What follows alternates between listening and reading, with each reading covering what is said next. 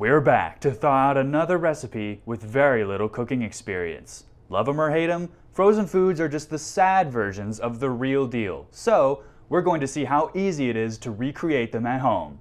This is Thawed Out.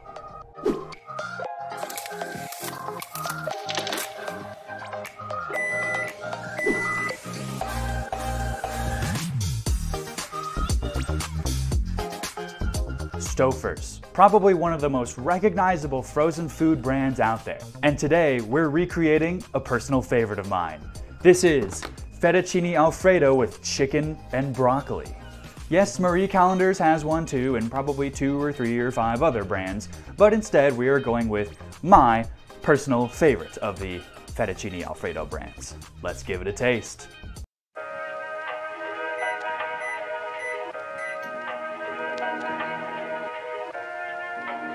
Now what we have here is indeed one of my favorite frozen foods of all time, so it's got a lot to live up to.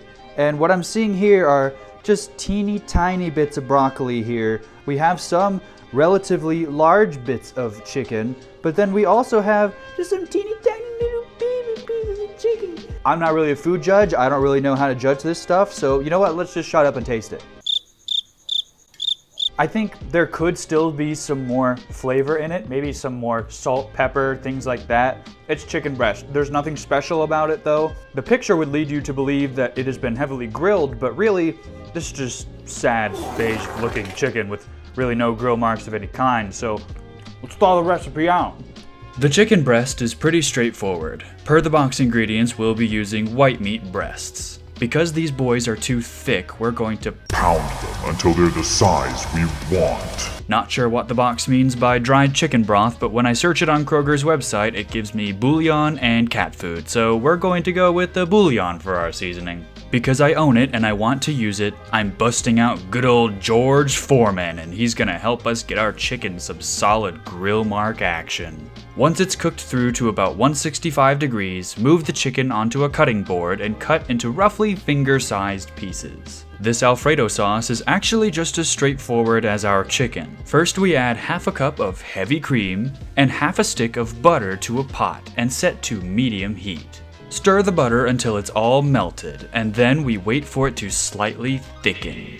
I never said this was a cheap imitation recipe, so we're grating our own Parmesan cheese. It's always worth it to manually shred it if your wallet is okay with that. Now we add our cheese into the mixture, stirring it all together in portions, not all at once.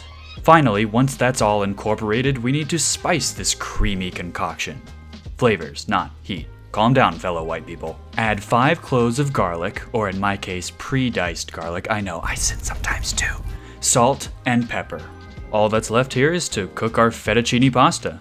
When it's done, lower the pasta into the Alfredo sauce we just made and mix it around. Also, feel free to put some of your pasta water into the pan with it. I transferred a lot of pasta water when I transferred over the pasta, so I'm not going to add that much more pasta water. Remember, it's all about the consistency that you prefer. It's about feeling. Now all that's left is to take some fresh broccoli, slice it into whatever sized pieces you want, and throw them in a pan with butter. That's right, in this household, we ain't about that steamed or boiled nonsense. This is America, and I'm using my gas stove to make my broccoli taste like freedom. Let them get a nice sear on each side, season with pepper, and finish them off with a hint of lemon juice. When combining all the portions, you can totally just combine them all into the same pan. But we're all about that presentation, so we're gonna do it the bougie way.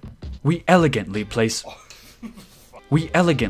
down our pasta, pile on our grilled chicken, and top things off with our grilled broccoli. There you have it, folks. If this doesn't make you want to get on your Vespa and ride all the way to Italy itself to try some... Oh wait, this isn't real Italian food. I never realized how desaturated and sad this looks compared to this. The broccoli just makes this pop so much. And also just those deep brown grill marks in the chicken, it's just mwah. Quick reminder of how this tastes here. All right.